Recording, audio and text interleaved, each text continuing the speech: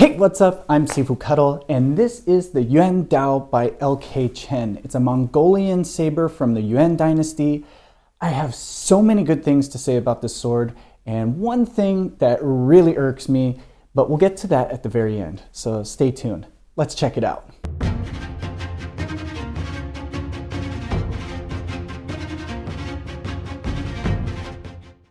This is a reproduction of a Mongolian saber from the Yuan Dynasty during the reign of Kublai Khan. At that time, the Mongolian Empire had over 9 million miles of land in their control, making it the largest contiguous land empire in human history. The Yuan Dynasty is an extraordinary time in Chinese history because it was the first time that the entirety of China was under foreign control. The name Yuan means origin of the universe, and it was chosen by Kublai Khan. And it reveals a lot about not only how he created his Khanate, but how he ran it. You see, Yuan is actually a Chinese name, not Mongolian. And it's not a label that was added later on from the writers of history, but actually specifically chosen by Kublai Khan himself. Rather than conquer and force the people to live under a completely different system, he kept much of what was working in China. Of course, took some things out and added some things in, but in the end, he found a really good balance that satisfied both the Chinese and the Mongolian peoples. Now, I'm not saying that this was a perfect system, but it is plain to see that Kublai Khan had the foresight to recognize that the nomadic rules and regulations of the Mongolian people wouldn't fit the passive, agriculturally based system that the Chinese already had in place. And the dynasty thrived. You see, adapting and adopting was nothing new to the Mongolian people. Due to their extensive empire and war interactions with many different cultures, various types of weapons and armor technologies were added to their arsenal. And that's where this sword comes in. You can actually see quite a few influences from both East and West in just this single saber. Take, for example, the curvature of the blade, as well as the angle of the handle itself. Note the suspension fittings on the scabbard for tying up the saber to be slung at the side. These are all characteristics that you would find from Persian or Turkic influences. When we take a closer look at the false edge of the blade, the cross guard, and the pommel, we can see a lot of influences that come from previous dynasties, similar to the Tang Dao. Even the tongkou, or the blade collar, can be seen in swords from the Khitan Liao dynasty as well as the Song dynasty. This isn't to say that this is just a mix of other cultures' swords. In fact, the Mongolian design was very influential with the many cultures that it crossed on the battlefield. So now let's take a look at this blade by L.K. Chen. The blade itself is made of a high-carbon manganese steel, and at a total length of just over 31 inches is a little bit on the long side. With the handle at just over 6 inches, you may feel that this is a forward heavy sword, especially since there's no weight in the pommel. But due to the diamond cross-section as well as the false edge, there's a lot of mass reduction on this sword, making for a very nimble and light sword.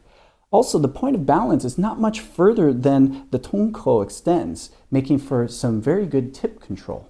The handle is made of white ash, and the iron pommel, the cross-shaped rivets, the guard, and the tongkou are all black to match the black leather and blackened brass fittings of the scabbard.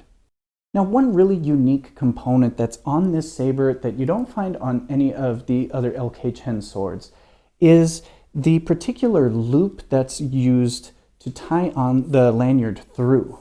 So typically what we see is either a ring pommel or a hole that goes through the handle that you can actually put the lanyard through. But in this case, it's actually just on the side of the pommel. So this was interesting to me, not only because it was different, but in kind of looking at how we can use it in a more practical sense. It allows two particular grips with using the lanyard to secure the hand. We can use our basic one that we can do with pretty much any other sword, where we feed our hand through and then we have the lanyard securing around the wrist.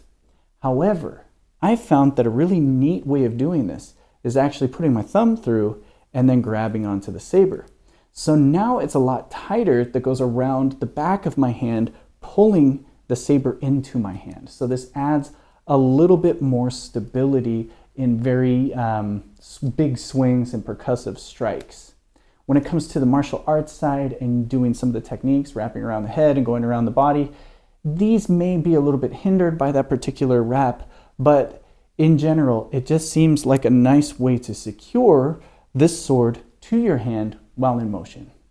Mongolian warriors were famous for their skills on horseback in mounted archery and swordsmanship. A Mongolian warrior would typically have 2 to 3 horses so that they could change out in the middle of battle to prevent the horse from getting into exhaustion. And it would always keep the horse fresh and allow them to stay full gas in their assault. Now, Mongolian warriors were also known for being able to swivel 180 degrees in the saddle and fire an arrow and hit a target accurately behind them, which was used quite often in one of the typical Mongol tactics of feigning defeat and fleeing, which would lead their enemies into ambush. They were so famous for this tactic that many scripts and many texts were written specifically saying, "Do not follow a Mongol when they flee." Being up on a horse requires a longer weapon so that you're able to reach your enemies that are down on foot as well as your enemies that are mounted on horseback. And curved blades like this excel at cutting and slashing techniques. When you combine that with the angle of this handle, you actually put the sweet spot of the blade in the right position during a cut for optimized cutting potential. This by no means limits the saber to use exclusively on horseback. In fact, this is such a light and agile blade, it makes for an excellent sword while on foot, making it a very well-rounded sword. When I found out that I was going to be receiving this sword for review, I was excited. Just by looking at the stats and the pictures online, I knew this was going to be a good sword. But I really didn't understand until I had it in my own hands just how good this sword is. It's one of those swords you just can't put down. I mean, the handle is comfortable, the blade is quite light and agile, it cuts and moves cleanly and with authority. I mean, it's a great sword overall. And the best part is, it functions perfectly for traditional Chinese martial arts techniques and forms training, so there's no modifications needed to work with this sword. My excitement only grew when I was able to put this through a test cutting session. Although I would say it took me an entire session to figure out the correct timing and distance for this sword. You see, it may not look too much of a drastic curve, but this is quite a bit more curve than I'm used to in a lot of the Chinese swords that I work with. Now, of course, this is nothing compared to something like a shamshir or a kilij or even some katana. But I will tell you that it did take me a little bit of time to calibrate that. And what I found that was happening was I was ending up hitting my target too soon and too close. And this came down to a couple of factors, right? The curvature was one of them. It changed the timing that the sweet spot hits a little bit later, but also the angle of the handle added to that timing. So that put me in a weird position, and then also I wasn't adapting for the length of the blade. So I often found myself getting too close and hitting below the sweet spot. However, that didn't affect much other than my understanding of the cut because I was still able to cut through the bottle pretty cleanly. I just wasn't at that optimal range. And once I was able to figure that out, this thing was just blasting through, and it made for one hell of a cutting session. Needless to say, this is an awesome sword. And if you're even just the slightest bit interested in this sword, jump in. You will not be disappointed. So now that brings me to my only gripe about this sword. And what really grinds my gears is that this sword is so underrepresented.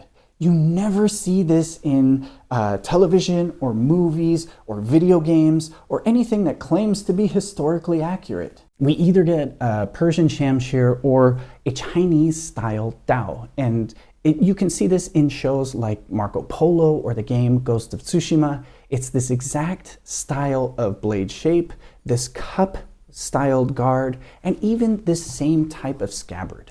And look, I know it's known that the Mongols would conscript soldiers from the countries that they've conquered, so they would put out Chinese soldiers on the front lines.